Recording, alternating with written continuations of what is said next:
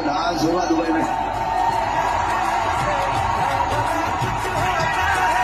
ये चैंपियन की टीम है, ये चैंपियन टीम है।